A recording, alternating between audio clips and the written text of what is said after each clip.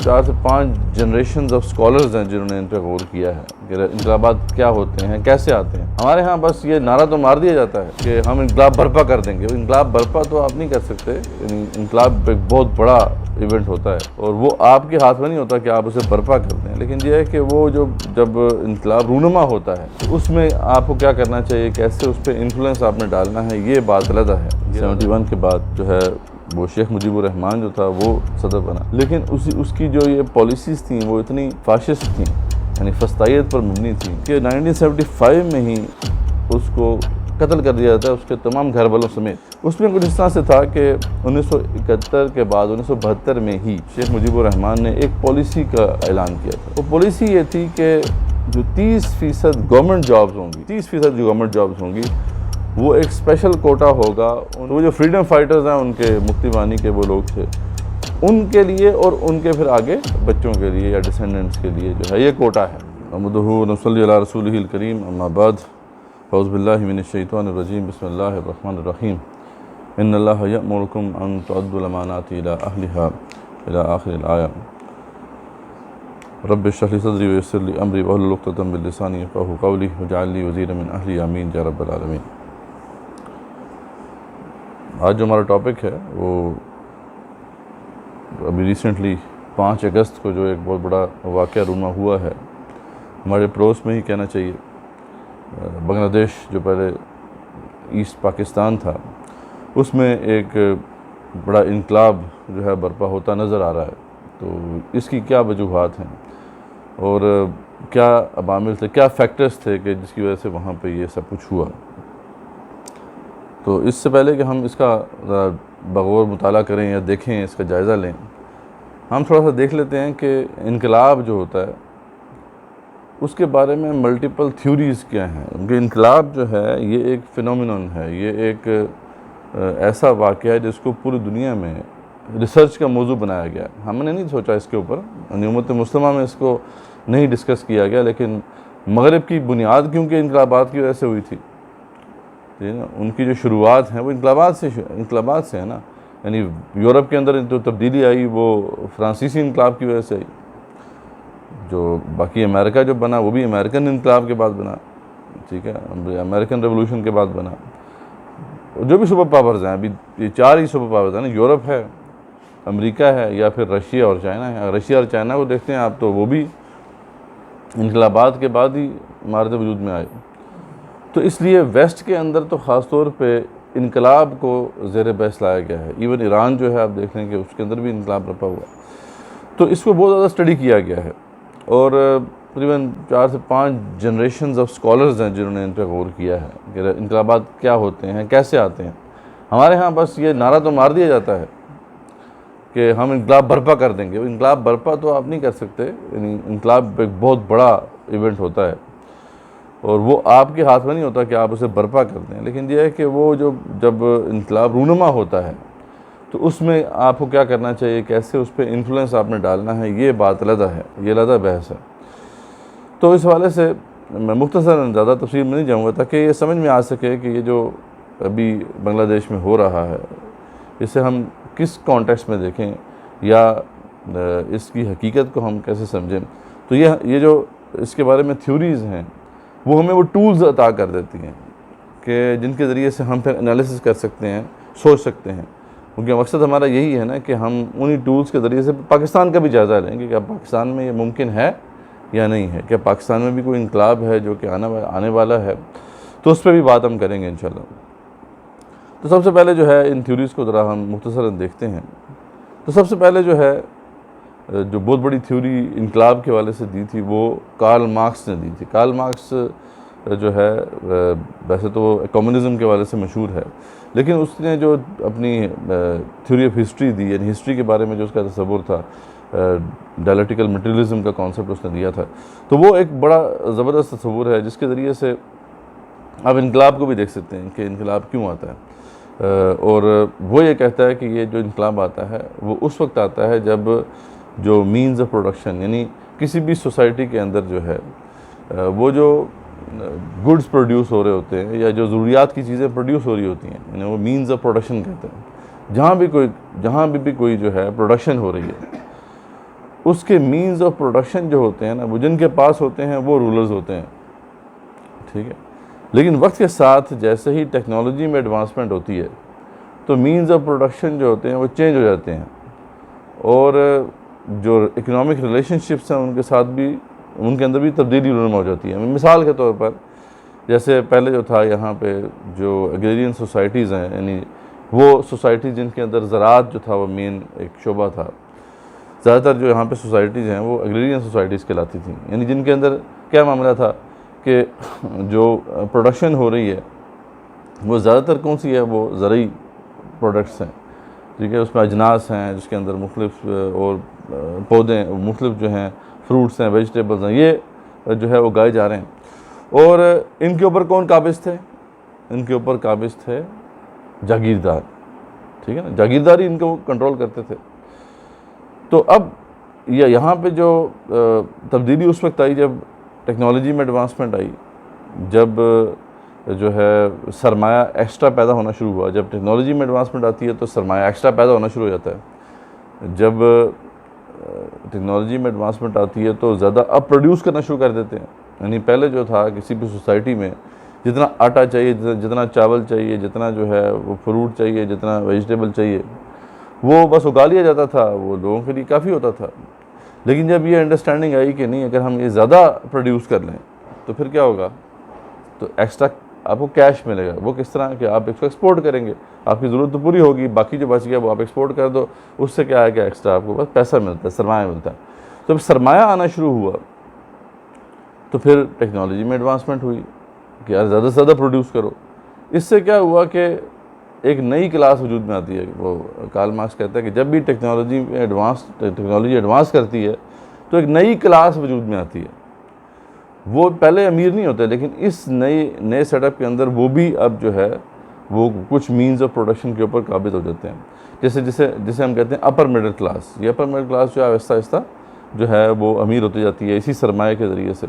और यहाँ तक कि जो पुराना जो तबका होता है जागीरदार, उनके ख़िलाफ़ आके खड़ी हो जाती है। इसलिए जहाँ जहाँ पे भी आप देखते हैं कि कैपिटलिज़म आया है तो वहाँ जागीरदारों के ख़िलाफ़ बेसिकली बड़े बड़े कैपिटलिस्ट खड़े हो गए और नए मीन्स ऑफ प्रोडक्शन जो थे वो कैपिटलिस्ट के पास आ गए। इसकी वजह से क्या हुआ, एक टकराव हुआ इन कैपिटलिस्ट और जागीरदारों के दरमियान, जिसके नतीजे में फिर इनकलाब बर्पा हुआ। तो यानी वो कहता है कि इस तरह होता रहेगा। कार्ल मार्क्स का तसव्वुर यह है कि ये होता रहेगा। अभी भी हम देख रहे हैं कि यहाँ पे अब जागीरदार जो हैं उनकी वो हैसियत नहीं रही है। अब हमारी सोसाइटीज़ के अंदर भी आप देखें कि ज़्यादा कैपिटलिस्ट अब ऊपर आ गए हैं, ठीक है। ये जो कौन है, ये जो आपके नून लीग है, नवाज शरीफ फैमिली है, या दूसरे जो 23-24 फैमिलीज़ का जिक्र आता है, वो कौन लोग हैं? ये वो नवाब तो नहीं है ना, यानी कुछ तो थे वो जो नवाब थे, वो डेरे थे, वो तो पहले थे जब पाकिस्तान बना था। लेकिन अब ये नई क्लास वजूद में आई और इन लोगों का एक टाकरा हुआ इनके साथ, ठीक है।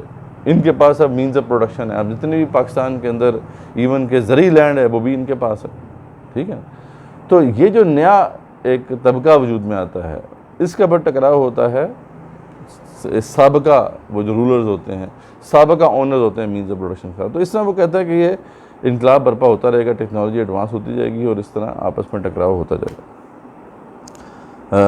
एक और बहुत बड़ा जो है फ्रेंच थिंकर था अलेक्सिस डी टकवील के नज़दीक जो है, जो जब भी स्टेट कोई भी जो रियासत है, जब वो अपनी ताकत को सेंट्रलाइज कर ले, यानी सारी ताकत अपने पास ले ले, ठीक है। और असल में ताकत क्या होती है, इवन बादशाह में भी ये होता है कि ताकत सेंटर बादशाह के पास होती है, लेकिन साथ साथ जो है नीचे जो होते हैं वो लॉर्ड्स और बैरन्स जो होते हैं उनके पास भी ताकत होती है। लेकिन अगर बादशाह के यार सारी ताकत मेरे पास ही आ जाए तो क्या होगा, फिर इनकी तरफ से एक रिएक्शन होगा, तो ये टकराव हो जाता है। तो वो कहता है कि जब भी जो कोई भी रियासत है वो अपनी ताकत को वुसअत देने की कोशिश करती है, सारी की सारी ताकत अपने पास लेने की कोशिश करती है, तो सोसाइटी में वो लोग जिनके पास ताकत होती है कुछ ना कुछ, वो फिर रिजेंट करते हैं, वो रिटेलिएट करते हैं और इस तरीके से फिर इनकलाब की कैफियत पैदा हो जाती है। क्रेन ब्रिंटन एक और स्कॉलर है, वो कहता है कि जो ये एक फिनोमिनन है, यानी ये होता रहता है, ये एक इनकलाब जो है का जो मामला है वो आपके हाथ में नहीं होता, ये एक साइकिल है, ये सर्कल है, ये चलता रहता है। और इसके अंदर एक बड़ा अहम फैक्टर ये होता है कि जब भी इनकलाब की कैफियत पैदा होती है तो उस वक्त एक अहम इवेंट हमारे सामने जो है रूनुमा होता है कि जो इंटेलिजेंसिया होती है किसी भी सोसाइटी की, यानी वो लोग जो सोसाइटी को चला रहे होते हैं, हर सोसाइटी के अंदर जो है एक ब्रेन ट्रस्ट होता है, एक इंटेलेक्चुअल माइनॉरिटी होती है, एक ज़हीन अक़लियत होती है, एक मतलब थोड़ा से लोग होते हैं, लेकिन वो सोसाइटी को चलाना जानते हैं।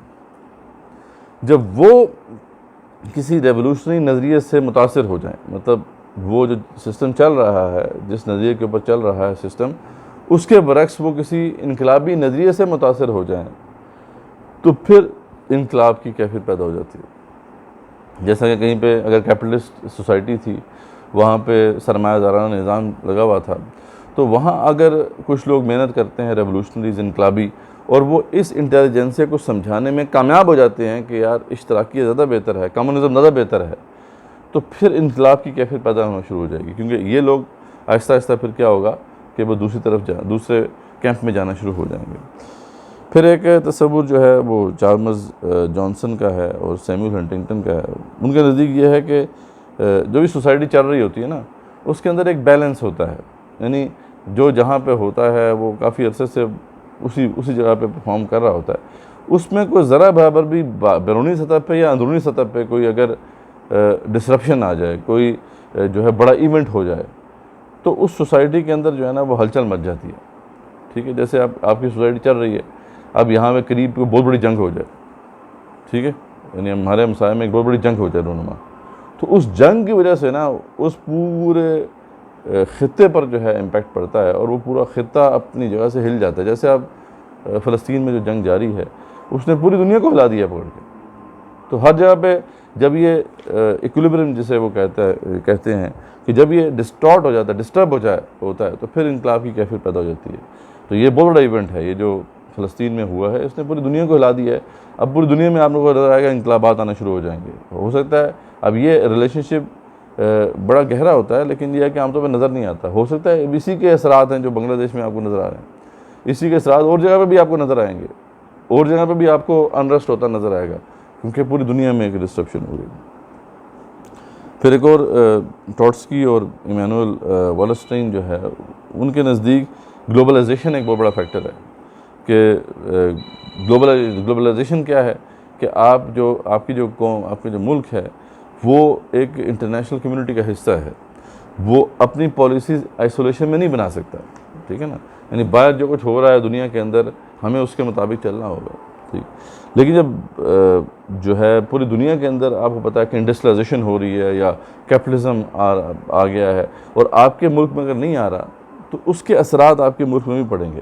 ठीक है ना, यानी अगर आपका मुल्क जो है उस ग्लोबल कम्युनिटी का हिस्सा बनना चाहता है, तो वो लोग तो काफ़ी आगे पहुंच चुके हैं, ज़री बात है, वो डेवलप कंट्रीज़ हैं, वो आपसे 100 साल आगे जा चुके हैं।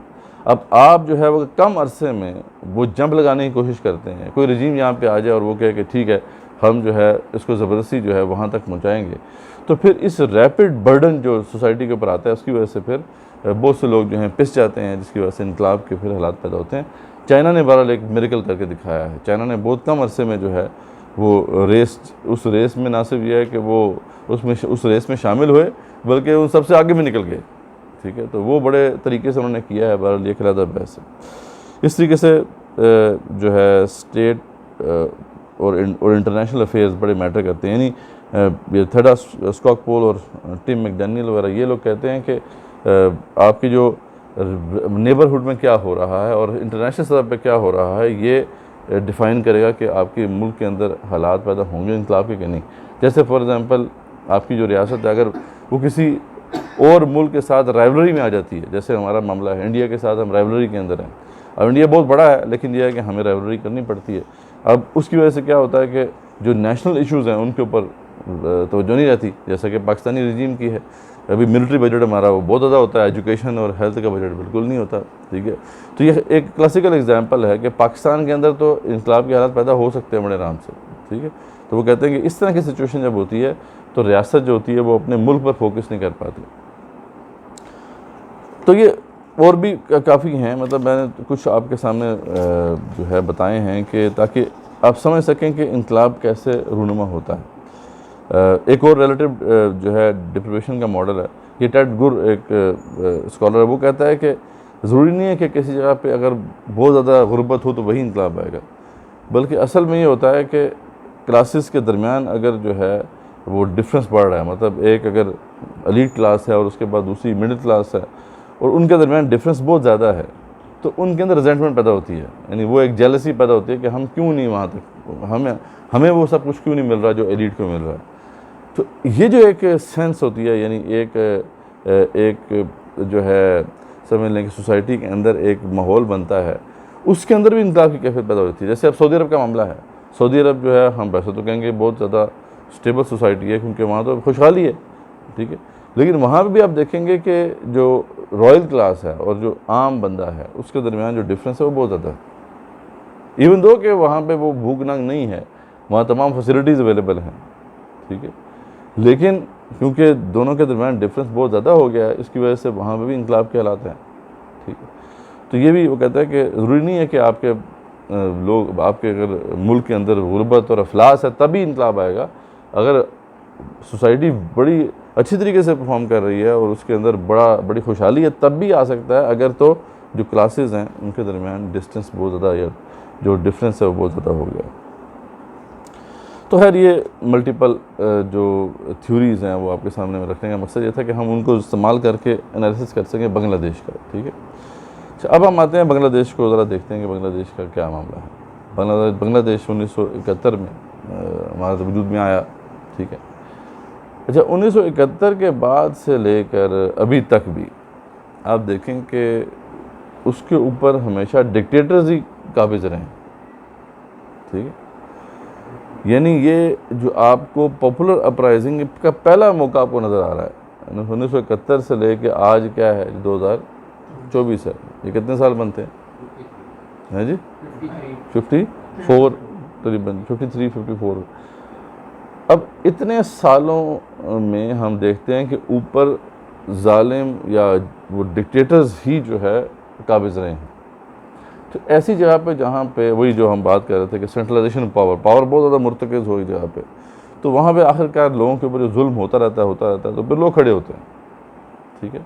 तो यहाँ पे भी बड़ा वाज़े एक तो ये नज़र आता है। इसकी अगर आप तारीख देखें कि 1971 के बाद जो है वो शेख मुजीबुर रहमान जो था वो सदर बना, लेकिन उसकी जो ये पॉलिसीज़ थी वो इतनी फाशिस्ट थी, यानी फस्तायत पर मबनी थी कि 1975 में ही उसको कत्ल कर दिया जाता है उसके तमाम घर वालों समेत।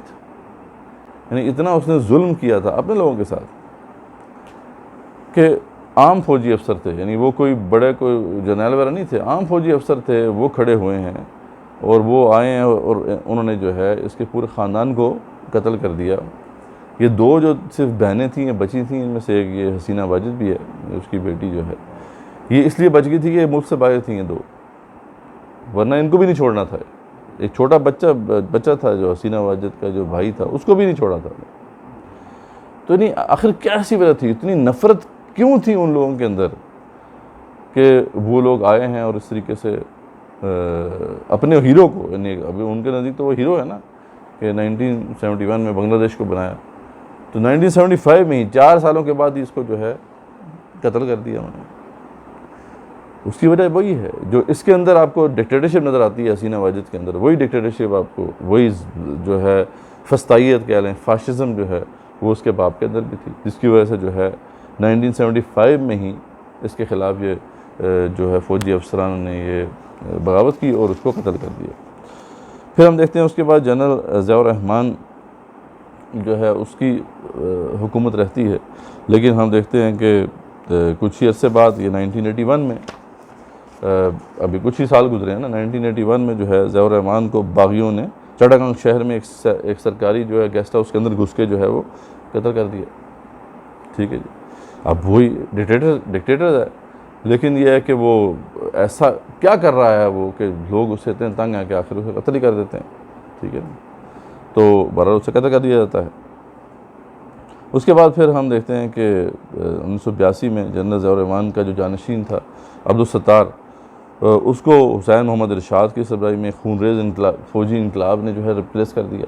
1982 में जो है तो एक और जो है इनकलाब आ जाता है। और उसके बाद ये जो माशाल्लाह एडमिनिस्ट्रेटर बना बाद में, ये जो हुसैन मोहम्मद इरशाद है, हुसैन मोहम्मद इरशाद बाद में फिर माशाल्लाह एडमिनिस्ट्रेटर बना और काफ़ी अरसे फिर इसकी हुकूमत रही। लेकिन हम देख रहे हैं कि बांग्लादेश को अभी बने कुछ अरसा ही हुआ, कुछ साल ही हुए हैं कि वहाँ पर एक के बाद एक दूसरा जो है डिक्टेटर मुसल्लत हो रहा है। और ये भी एक बात बड़ी इंटरेस्टिंग है कि वहाँ के जो लोग हैं उनके अंदर ये इतनी बर्दाश्त भी नहीं है कि उन्हें कबूल कर सकें, उनका सफाया करते जा रहे हैं। ये एक और फैक्टर है जो हमारा और उनके दरमियान जो है डिफरेंट है। यानी हमारे यहाँ लोगों के अंदर बड़ा सब्र है, वो रेजिलियंस बहुत ज़्यादा है। यहाँ पे डिक्टेटर्स भी आए, ठीक है, लेकिन उनको अवाम ने इस तरीके से या आम फौजी अफसरान ने कत्ल नहीं किया, ठीक है। वो कत्ल हुए हैं तो मतलब आपस में ही जो इनका फटा रहा। यानी अगर भुट्टो को शहीद किया गया है तो उसको आर्मी ने किया है, ठीक है। तो यानी आपस में बड़ी ताकतें जो हैं उनके आपस में टकराव ज़रूर रहा है, लेकिन ये कि आम लोग नहीं खड़े हुए। आम लोग तो वहाँ पे भी नहीं खड़े हुए थे, वहाँ पे अब जाके खड़े हुए हैं, लेकिन यह है कि आम फौजी अफसरान ने भी कोई इतनी ज़्यादा रेजिस्टेंस नहीं की कि उनको जो है कत्ल ही कर दिया। ये वहाँ पे हमें यह नज़र आता है।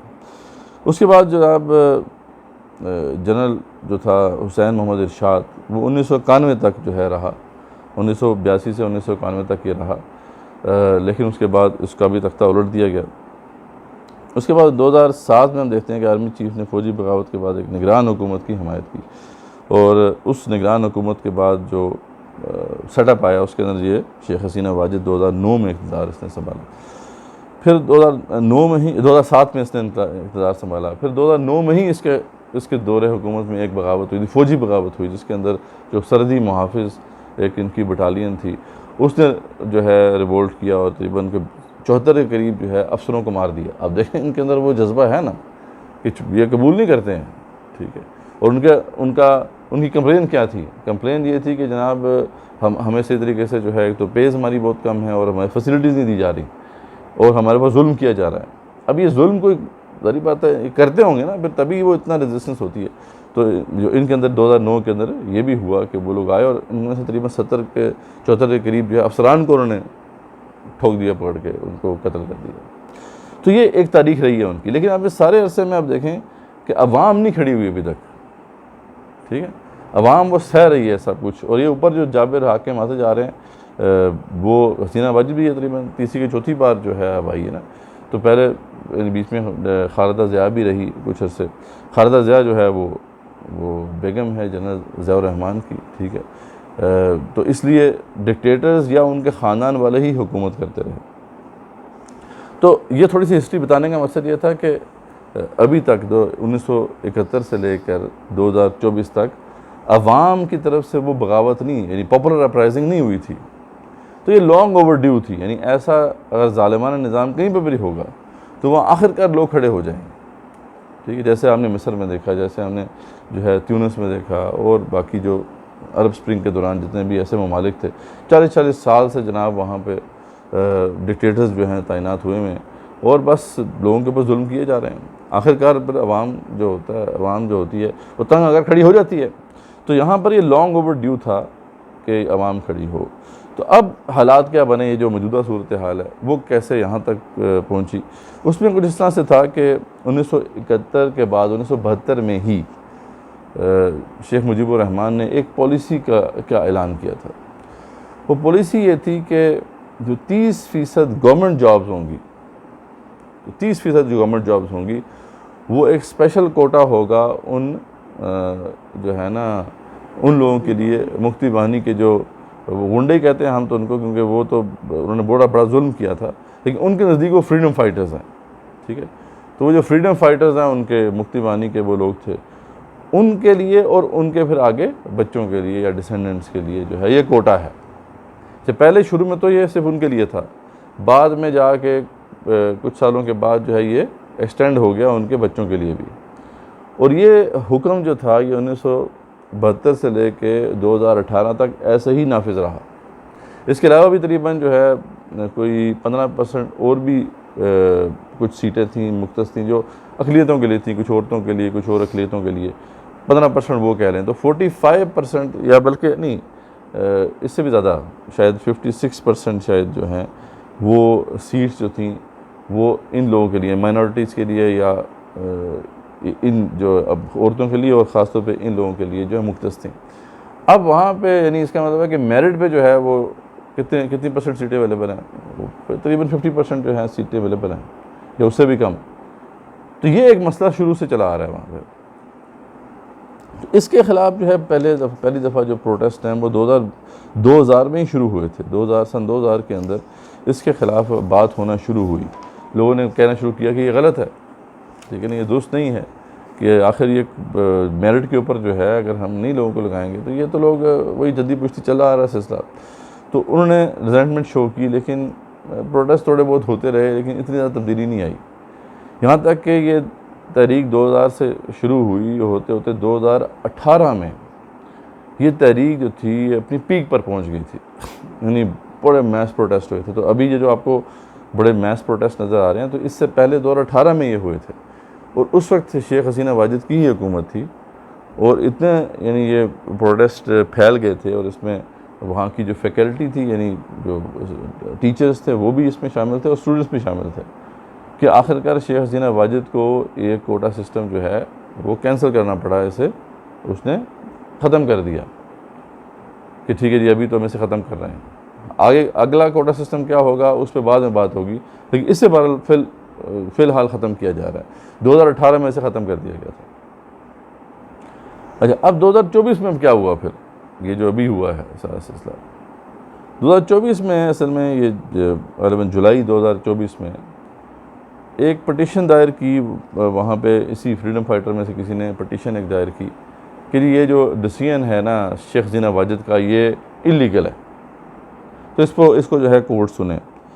तो अब यहाँ पे जब इन्होंने अप्लाई किया तो कोर्ट ने फिर फ़ैसला दिया 2024 के अंदर, ये जुलाई 2024 में कि हाँ ये फ़ैसला जो था ये दुरुस्त नहीं था और ये फ़ैसला कलअज़म है, यानी ये फ़ैसला जो है ये सही नहीं हुआ। जैसे ये आया है वहाँ की कोर्ट से फ़ैसला आया तो फिर ये प्रोटेस्ट दोबारा शुरू होने, यानी आप देखें कि वो प्रोटेस्ट अपनी जगह पे पहले मौजूद थे, 2018 तक वो होते रहे और ये मूवमेंट बड़ी पुरानी है और एक इशू के ऊपर है। अब देखें कि कोई ये नहीं कि मल्टीपल इशूज़ हैं, कोई 10-12 इशूज़ हैं, एक इशू है कि यार ये कोटा सिस्टम सही नहीं है। और वक्त के साथ साथ इसके अंदर ज़्यादा शिद्दत इसलिए आती गई कि बांग्लादेश के जो भी हालात हैं, पहले तो इकनॉमिकली इतने स्ट्रॉन्ग नहीं था, बांग्लादेश स्ट्रॉन्ग नहीं था, लेकिन पिछले हम देखते हैं कि 10 सालों के अंदर बांग्लादेश में बहुत ज़्यादा जो है तरक्की हुई है। इसमें GDP ग्रो किया है, 6% ग्रोथ रही है GDP की, लेकिन अपवर्ड मोबिलिटी नहीं हुई, यानी जो पैसा आया उससे आम लोगों को फ़ायदा नहीं हुआ। ठीक है ना। इसके बरक्स हम देखते हैं चाइना में ये क्यों सस्टेन कर गया। चाइना ने बहुत कम अरसे में ना 25-30 सालों में जो है एक इकनॉमिक मिरेकल करके दिखाया, लेकिन वहाँ जो तरक्की हुई वो उन्होंने इंश्योर किया कि नीचे गरीबों तक भी वो पहुँचे। पता नहीं कितने करोड़ लोगों को उन्होंने गुर्बत से निकाला है। तो ये अपवर्ड मोबिलिटी को उन्होंने इंश्योर किया, इसलिए वहाँ पे फिर जो है इनकलाब की वो कैफियत नहीं बनी और अभी तक लोग जो है वो ट्रस्ट करते हैं सिस्टम को। जबकि यहाँ पे क्या हो रहा था कि जो भी GDP ग्रोथ हो रही थी और बांग्लादेश की इकॉनमी ग्रो कर रही थी, उसका जो असर था वो स्टूडेंट्स तक, नीचे तबकात तक नहीं पहुँच रहा था। इसलिए ये प्रेशर बढ़ता जा रहा था हुकूमत के ऊपर कि ये जो गवर्नमेंट जॉब्स हैं इनमें 56% तो जो गवर्नमेंट जॉब जो है इन्हीं के पास चली जाती हैं, बाकी हमारे पास जो है 44% बचती हैं। तो वो भी, और उसमें भी जो मेरिट, सो कॉल्ड मेरिट था ना, जैसे हमारे यहाँ पे तो चलो कोटा कम ही है, शायद पता नहीं 15% कोटा है, बाकी तो मेरिट है, लेकिन मेरिट की तरह हम जानते हैं कौन सा मेरिट है।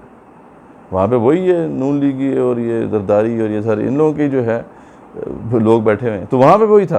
यानी 44% जो ओपन मेरिट वाली थी उनमें भी अवामी लीग जो है, ये जो शेख हसीना वाजिद की जो पार्टी है वो अपने लोगों को वहाँ पे डालती थी।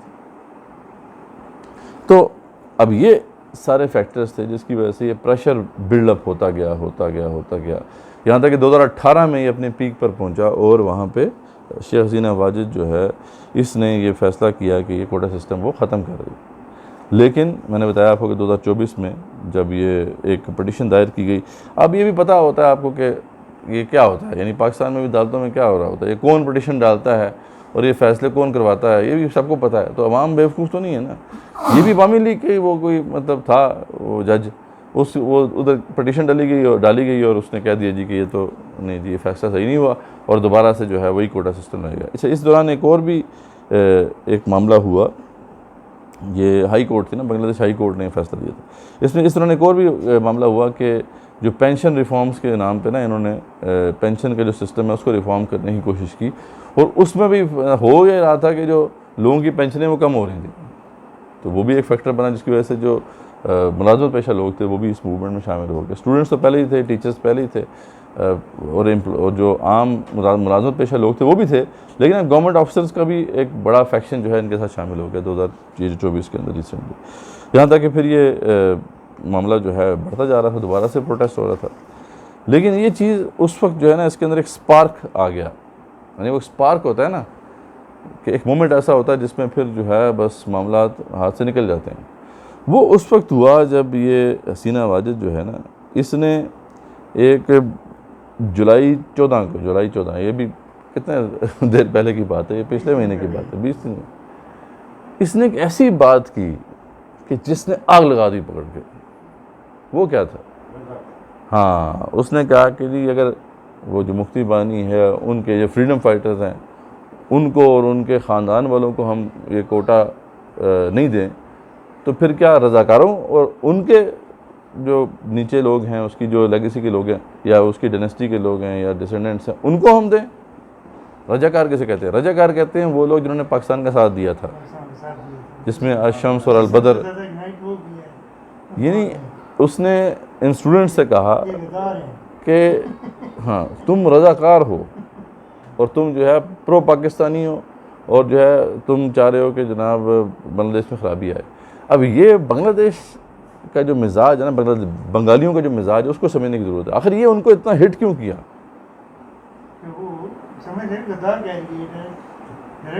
क्योंकि हमारे यहाँ ना जो आइडेंटिटी है ना, जो एक थ्योरी ये भी है और इनकलाब के वाले से कि नेशनल आइडेंटिटी बड़ी मैटर करती है बाज़ मुल्कों के अंदर।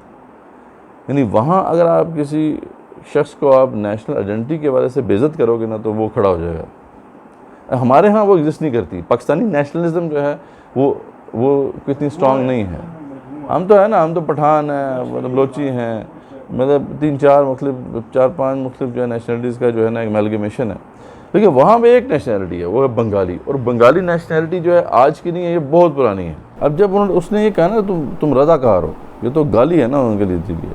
यानी वो तो अपने आप को समझते हैं कि वो बांग्लादेश के लिए खड़े हैं। वो स्टूडेंट्स जो है उनके अंदर प्राइड है ये कि यार बांग्लादेश हमारा मुल्क है तो हम उसके लिए खड़े हैं। अब उनको उन्होंने कहा ना कि तुम जो है रज़ाकार हो, ठीक है, तो उसकी वजह से उनको बड़ा हिट हुआ। और ये बात सही है कि वहाँ पर शेख हसीना वाजिद और इसके रूल के ख़िलाफ़ एक ये भी बड़ा मसला था कि इसने हर जगह पे हिंदुओं को नवाजा, हिंदुओं को बिठाया। तो वो भी रिजेंटमेंट थी उनकी कि यार ये हिंदू क्यों ये सब कुछ दिया जा रहा है। और बंगाली नेशनलिज्म के अंदर इस्लाम गूंदा हुआ है, याद रखें। यानी ये हमारी नेशनलिज्म की तरह नेशनलिज्म नहीं है वहाँ पर। यहाँ पे तो यानी नेशनलिस्ट जो हैं ज़्यादातर सेकुलर्स होते हैं। वहाँ की जो नेशनलिज्म है उसके अंदर इस्लाम भी है। बहरहाल ये नहीं, आप इस्लाम को निकाल नहीं सकते, क्योंकि देखें ये बंगालीज़ ही हैं जिन्होंने मुस्लिम लीग कायम की थी, हमें भूलना नहीं चाहिए। ये बंगालीज़ ही हैं जिन्होंने कलकत्ता में जो है वो स्ट्रगल की थी जब कायद-ए-आज़म को सपोर्ट की ज़रूरत थी कैबिनेट मिशन प्लान के बाद, जब उन्होंने एक्सेप्ट किया था। और बाद में नेहरू ने वो स्टेटमेंट दी थी कि जी हम चाहेंगे तो कैबिनेट मिशन प्लान चेंज कर देंगे। तो इलामा कायद-ए-आज़म को जिनके ऊपर भरोसा था ना, वो बंगाली ही थे। और कलकत्ता में ये कायद-ए-आज़म के कहने पर ही लोग खड़े हुए थे। तो यानी उनके अंदर ये जज्बा आप निकाल नहीं सकते हैं।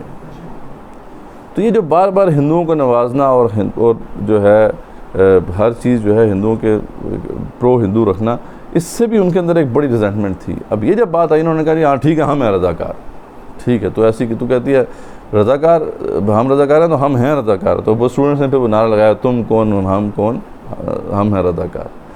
तो ये फिर नारा बड़ा मशहूर हुआ। और फिर जनाब इसने वो जो रईसी कसरत थी वो भी पूरी की। और जो है अब इसमें जो बड़ा अहम फैक्टर एक जमात इस्लामी बांग्लादेश का भी है। जमात इस्लामी बांग्लादेश जो है वो यहाँ की जमात इस्लामी की तरह नहीं है, वो बड़ी फ़ाल रही है। और पॉलिटिक्स में बहुत ज़्यादा वो इन रहे, बल्कि सोसाइटी के अंदर उनका बड़ा इम्पैक्ट है। यानी उनके अपने बैंक्स थे वहाँ पे, उनके अपने इंस्टीट्यूशंस थे वहाँ पे, बड़े यानी उनका इन्फ्लुएंस रहा है। बल्कि ये जो आपको पता है, ये जो अभी आया है डॉक्टर यूनुस को भी खड़ा करने वाले कैपिटलिस्ट थे।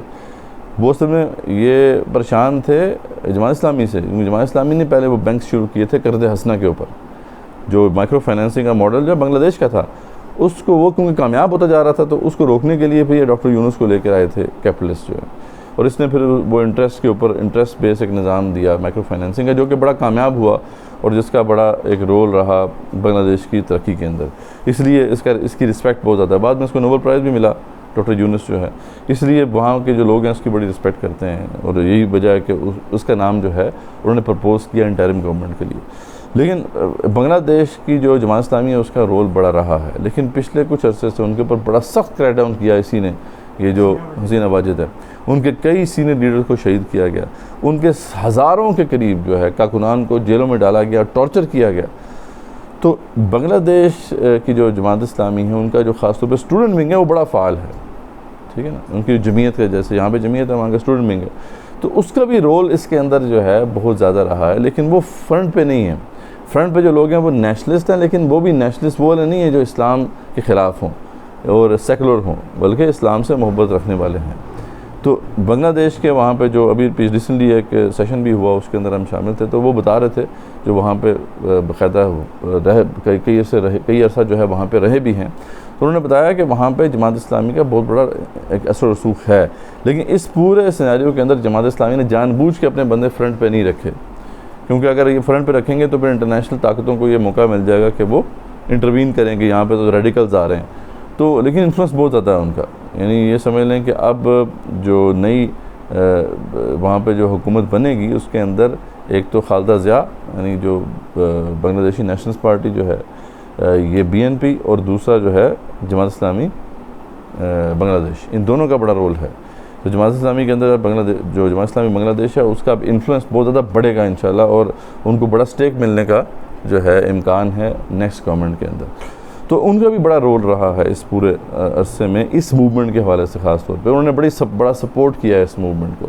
यही वजह है कि जैसे ही ये वो शेख हसीना वाजिद वो जो वहाँ से भागी है वहाँ से, तो उसके बाद बहुत ज़्यादा रिलीफ मिला है जमात इस्लामी को। उनके सैकड़ों और हज़ारों के करीब जो उनके कारकुनान हैं वो वापस आए हैं, और कई जो हैं वो तो 10-10 साल से गायब थे वो वापस आए हैं, और उनके जो कई जो है रहनुमा उनको भी छोड़ा गया है। तो ये एक बड़ा ही उनके लिए एक समझ लें कि एक तरह से खुशाइंद बात है, और उनके लिए एक अल्लाह की तरफ से करम हुआ है। उसका पिछले दिनों जमात इस्लामी बांग्लादेश के जो अमीर हैं उनकी वीडियो बड़ी वायरल हुई, जिन्होंने वो कह रहे शुक्र अदा करो, अल्लाह ताला का शुक्र अदा करो कि हमें अल्लाह ताला ने ये जो है नेमत से नवाजा है। तो ये सारा बैकग्राउंड है वहाँ पर जो अभी यहाँ तक बात पहुँची है।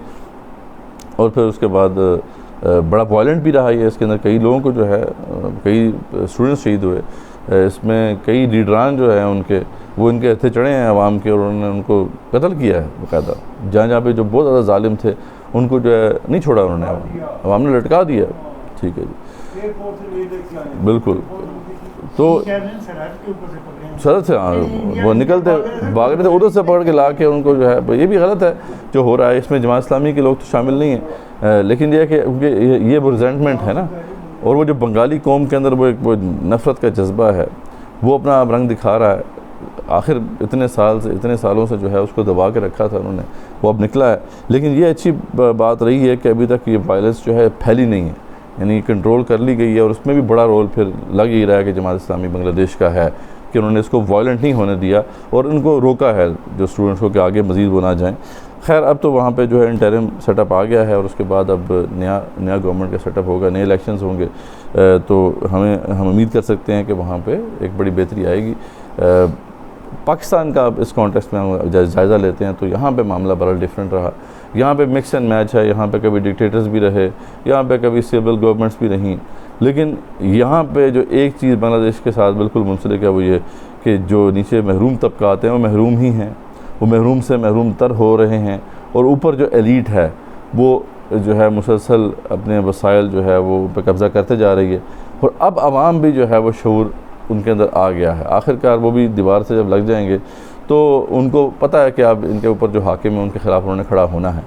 अब यहाँ पे लावा पक रहा है, ठीक है, और ये जो बांग्लादेश में हुआ है इसके असरात भी यहाँ पे पड़ेंगे। फिर मैंने बताया था कि फ़लस्तीन में जो हुआ है, ये जो वहाँ पे 7 अक्टूबर को जो हुआ, उसके बाद तो पूरी दुनिया हिल गई है, तो पाकिस्तान के अंदर भी उसके असरात हैं, तो वो असरात यहाँ पे भी हैं। साथ जो है ये बांग्लादेश का जो मामला हुआ, इससे इसका भी इम्पैक्ट पड़ेगा। तो अवाम के अंदर वो लावा तो पक रहा है, लेकिन वो लीडर ऐसा नहीं है ट्रस्टवर्दी जिसके ऊपर ट्रस्ट करके लोग खड़े हों। जैसे बांग्लादेश में भी लीडर नहीं था, तो आम स्टूडेंट्स खड़े हुए तो लोगों ने उन पर ट्रस्ट कर लिया। यहाँ पर भी अगर ऐसा होता है ना, कोई ऐसी गैर मारूफ कोई लीडरशिप खड़ी होती है और वो कुछ ना कुछ जो है स्टैंड ले लेती है, तो आप देखेंगे यहाँ जमे गफीर उनके साथ लग जाएगा। तो यहाँ पे भी लोग तैयार हैं, ठीक है, लेकिन यहाँ पे असल में मसला ये है कि जो ऊपर की जो रजीम है हमारी, जो भी इस्टेब्लिशमेंट है, वो समझती है सारी बात को, वो बॉइलिंग पॉइंट को समझती है। जैसे ही वो बॉइलिंग पॉइंट आने वाला होता है, तो ये क्या कहते हैं कि नीचे से कुछ लोगों को जो है ना अपने साथियों को खड़ा कर देते हैं ताकि वो हवा निकलती रहे, बलून में से जो है हवा निकलती रहे। तो अब जैसे देखें ना, ये IPPs का मामला बड़ा बॉइलिंग पॉइंट पे पहुंच गया था, लोग तंग आ चुके थे, माशी तौर पे भी लोग बड़े तंग हैं और बिल ऊपर से ज़्यादा आ गए। तो इसके ख़िलाफ़ जो है रिजल्टमेंट बहुत ज़्यादा थी, तो इन्होंने कहा चलो इसमें थोड़ा रिलीफ हम दे देते हैं।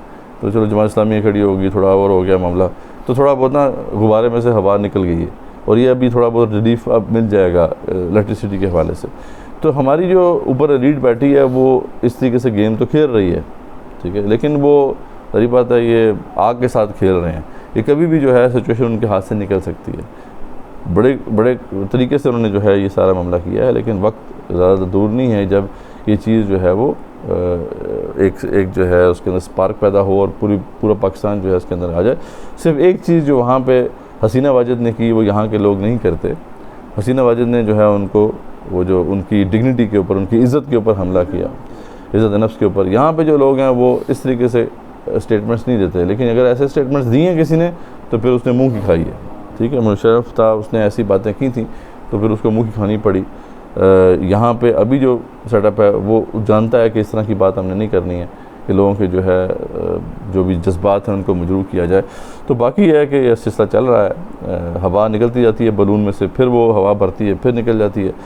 तो यानी किसी न किसी बहाने ये वो हवा निकालते रहते हैं हमारी। लेकिन यह है कि वक्त अब करीब है कि अब इनके ख़िलाफ़ ख़ुद बहुत ज़्यादा रिजेंटमेंट बढ़ चुकी है। तो ये अगर मामला सेटल नहीं होते तो फिर ये रेवोल्यूशन या इंकलाब की तरफ ही बात जाएगी। लेकिन मसला ये है कि यहाँ पे कोई ऐसी पॉलिटिकल फोर्स नहीं है कि जो कि इसको संभाल सके। अगर पाकिस्तान में ऐसा हुआ इस वक्त तो ये बड़ा डेविस्टेटिंग होगा, क्योंकि कोई ऐसी political force, strong political force नहीं है जो इसको वायलेंस से बचा सके। वहाँ पर जो बांग्लादेश हम कह सकते हैं जमात इस्लामी का एक रोल था, असर रसूख था, तो शायद उनका जो इम्पैक्ट है जिसकी वजह से ये मामला रुक गया है। यहाँ पे हम देख रहे हैं कि कोई ऐसी फोर्स इतनी स्ट्रॉन्ग नहीं है कि जिसके ऊपर लोग ट्रस्ट करते हों। जमात इस्लामी वो रोल अदा नहीं कर सकी यहाँ पर कि उसका वो इन्फ्लुएंस हो कि वो लोगों को जो है कंट्रोल कर सके। जब ऐसा होगा तो ये हमें दुआ करनी चाहिए कि वो पहले पॉलिटिकल फोर्स ऐसी बने ताकि उस इनकलाब को संभाल सके। वरना जो अरब स्प्रिंग में भी ये हुआ कि लोग खड़े हुए और रजीम तो चेंज होगी लेकिन निज़ाम तब्दील नहीं हुआ, वही लोग जो थे पुराने निज़ाम के वो दोबारा से काबिज़ हो गए। तो लोग फ़ायदा उठाते हैं। इसी तरह जो है वहाँ पे भी फ़ायदा उठाने की कोशिश की उन्होंने, लेकिन देखें उनकी मेच्योरिटी इतनी थी उन स्टूडेंट्स की, उन्होंने कहा नहीं हम फ़ौज को हुकूमत नहीं देने देंगे। तो ये आपको करना पड़ता है उस वक्त। तो मिस्र में ऐसा नहीं हो सका, बाकी जो ट्यूनिस के अंदर ऐसा नहीं हुआ। तो हमारे यहाँ बहरहाल अभी एक वो मैच्योर पॉलिटिकल फोर्स मौजूद नहीं है, उसको इस्टेब्लिश करने की ज़रूरत है। अगर वो बन जाती है तो फिर पाकिस्तान के अंदर चेंज बड़ा ज़बरदस्त तरीके से बर्पा होगा और हमारे लिए बेहतरी आएगी। लेकिन अगर वो नहीं होती तो हमने देखा है कि जैसे अब इमरान खान के फॉलोअर्स के अंदर वो जज्बा तो डाल दिया, लेकिन वो मेच्योरिटी नहीं है, इसकी वजह से वो नुकसान हुआ और उसकी वजह से फिर पूरा ही सेटअप ख़राब हो गया उनका। तो ये चीज़ है जिसको हमें मद्देनज़र रखना है और इंशाल्लाह इसको मज़ीद हम फोकस रखेंगे इसके ऊपर, इस इवेंट के ऊपर।